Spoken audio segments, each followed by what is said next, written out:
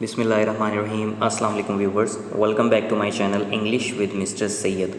और आज का जो हमारा टॉपिक है वो है यूज़ ऑफ इंट्रोगेटिव प्रोनाउंस। इनको हम WH प्रोनाउंस भी कहते हैं और WH क्वेश्चंस भी कहते हैं। तो चलें स्टार्ट करते हैं।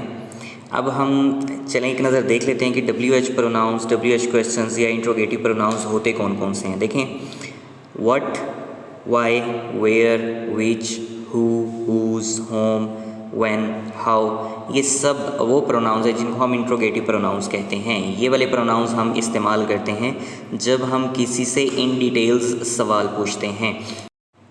जब हमने प्रेजेंट इंडेफिनिट टेंस के इंट्रोगेटिव प्रोनाउंस वाली वीडियो बनाई थी तो उसमें मैंने इंट्रोगेटिव प्रोनाउंस को इन डिटेल जो है डिस्कस किया था, समझाया था।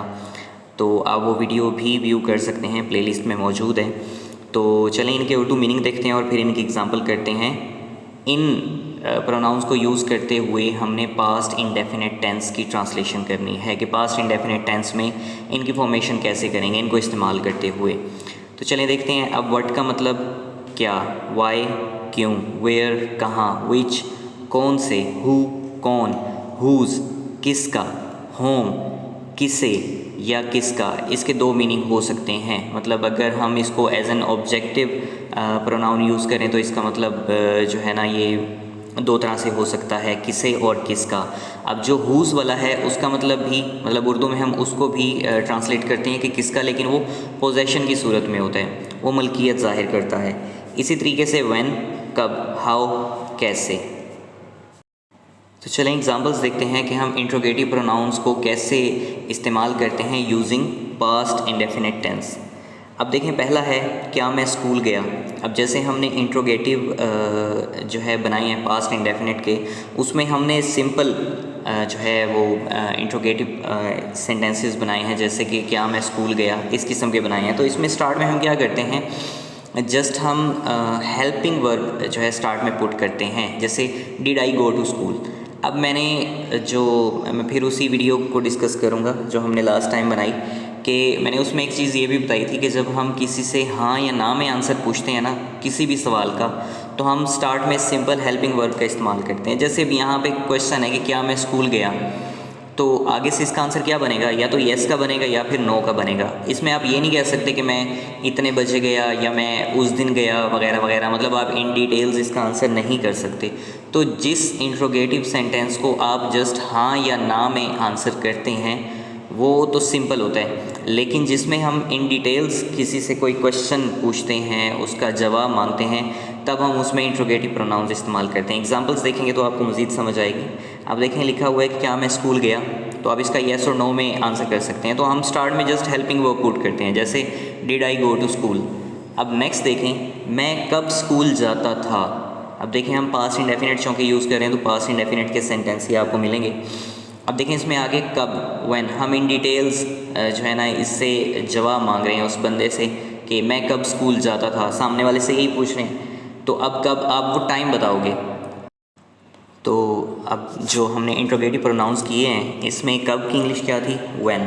तो अब स्टार्ट में व्हेन पुट करेंगे, उसके बाद आप हेल्पिंग वर्ब पुट करेंगे। जब आपने येस या नो में आंसर देना होता है जस्ट हेल्पिंग वर्ब होता है। जब आप इंट्रोगेटिव प्रोनाउंस को इस्तेमाल करते हैं तो फॉर्मेशन वही रहती है, सिर्फ स्टार्ट में जो है आपके इंट्रोगेटिव प्रोनाउंस को हम पुट कर देते हैं। अब इसमें कब यानी कि इंट्रोगेटिव प्रोनाउन था तो वो स्टार्ट में पुट किए।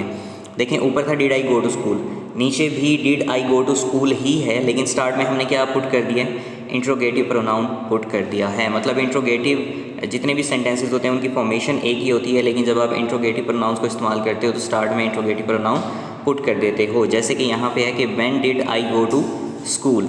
इसी तरीके से उसने गेम कहाँ खेली। अब देखें कहाँ, where did he play the game. हमने स्टार्ट में इंट्रोगेटिव प्रोनाउन पुट किया, उसके बाद हेल्पिंग वर्ब और बाकी फॉर्मेशन वैसी की वैसी। अब चूँकि यहाँ पे डिड है और हम सेकंड फॉर्म, डू की सेकंड फॉर्म इस्तेमाल करें तो आप वर्ब की फर्स्ट फॉर्म इस्तेमाल करेंगे। उसके बाद है वो सुबह सवेरे क्यों जागते थे, why did they wake up early in the morning. तुमने नाश्ते में क्या खाया, what did you eat in the breakfast. अब ये वो वाला क्या नहीं है कि हम हाँ या ना में आंसर पूछ रहे हैं, ये क्या उस चीज़ के बारे में पूछ रहे हैं कि तुमने क्या खाया। अच्छा, अब कुछ इंट्रोगेटिव प्रोनाउंस ऐसे होते हैं जैसे कि विच, हुज या होम। अब इसमें दो इंट्रोगेटिव प्रोनाउंस तो ऐसे हैं जिनके साथ हम ऑब्जेक्ट लाजमी यूज़ करते हैं, जैसे कि विच हो गया या हुज़ हो गया, ठीक है। अच्छा जी, एक होम भी है। इन तीनों ये तीन इंट्रोगेटिव प्रोनाउंस हैं, इनकी थोड़ी सी डिफरेंट ट्रीटमेंट होती है। अभी जब हम एग्जांपल्स करेंगे तो आपको मज़ीद समझ आएगी। देखें, अब पहला है आप कौन से स्कूल में पढ़ते हैं, कौन से स्कूल। अब इसमें इसका क्या है, विच। अब विच के साथ वो ऑब्जेक्टिव लाजमी पुट करेंगे, सॉरी ऑब्जेक्ट लाजमी पुट करेंगे। क्यों? क्योंकि अगर आप इसके साथ ऑब्जेक्ट पुट नहीं करेंगे तो वो उसका टोटल सेंस ही चेंज हो जाएगा। अब देखिए, कौन से स्कूल, विच स्कूल, ठीक है। आपने ऑब्जेक्ट, स्कूल ऑब्जेक्ट है तो वो लाजमी पुट करना है साथ। Which school did you study in, आप कौन से स्कूल में पढ़ते थे। Which school did you study in. अब जो इन है ना, ये आप स्टार्ट में ही पुट कर सकते हैं, इतना मसला नहीं है, आप एंड पे भी पुट कर सकते हैं। जैसे कि नेक्स्ट एग्जांपल में मैंने इसमें स्टार्ट में पुट किया है। नेक्स्ट एग्जांपल क्या है, आप किस मैदान में खेलते थे, किस मैदान, विच प्लेग्राउंड, ठीक है। हमने स्टार्ट में इन लगा दिया क्योंकि ऑब्वियसली इन जो है, ये जो आपकी प्रेपोजिशन है इन वाली, ये ऑब्जेक्ट के साथ आना था। ऑब्जेक्ट तो आपका स्टार्ट में है, तो दैट इज़ वाई आप इसको स्टार्ट में भी पुट कर सकते हैं। जैसे कि in which playground did you play, आप इनको एंड पे भी लगा सकते हैं और स्टार्ट में भी लगा सकते हैं। तो इसकी ट्रांसलेशन हम कैसे करेंगे, in which playground did you play, आपने किसका इंतज़ार किया, whom did you wait for. अब इसमें जो किसका है ना, ये ऑब्जेक्ट के तौर पे इस्तेमाल हो रहा है, तो हु, हुज़, होम, होम जो है वो ऑब्जेक्ट के तौर पे इस्तेमाल होगा। तो home did you wait for. अब इस फॉर को आप स्टार्ट में भी लगा सकते हैं। क्यों? क्योंकि ये जो फॉर है ना, ये आप ऑब्जेक्ट के लिए इस्तेमाल कर रहे हो, तो ऑब्जेक्ट तो स्टार्ट में है, तो ये स्टार्ट में भी आप पुट कर सकते हो, मसला नहीं है। इसी तरीके से नेक्स्ट एग्जांपल है, आपने किसकी किताब इस्तेमाल की, किसकी किताब, हुज़ बुक, ठीक है।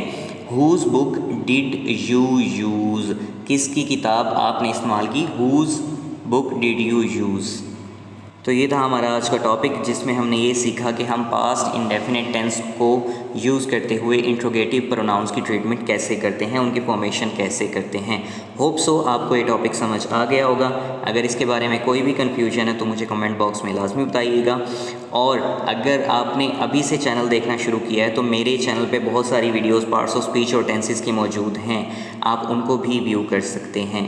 मेरे चैनल को लाजमी सब्सक्राइब कीजिएगा। जल्द मुलाकात होती है आपसे नेक्स्ट वीडियो में इंशाअल्लाह। तब तक के लिए अपना बहुत सारा ख्याल रखिएगा। जज़ाकल्लाह एंड अल्लाह हाफ़िज़।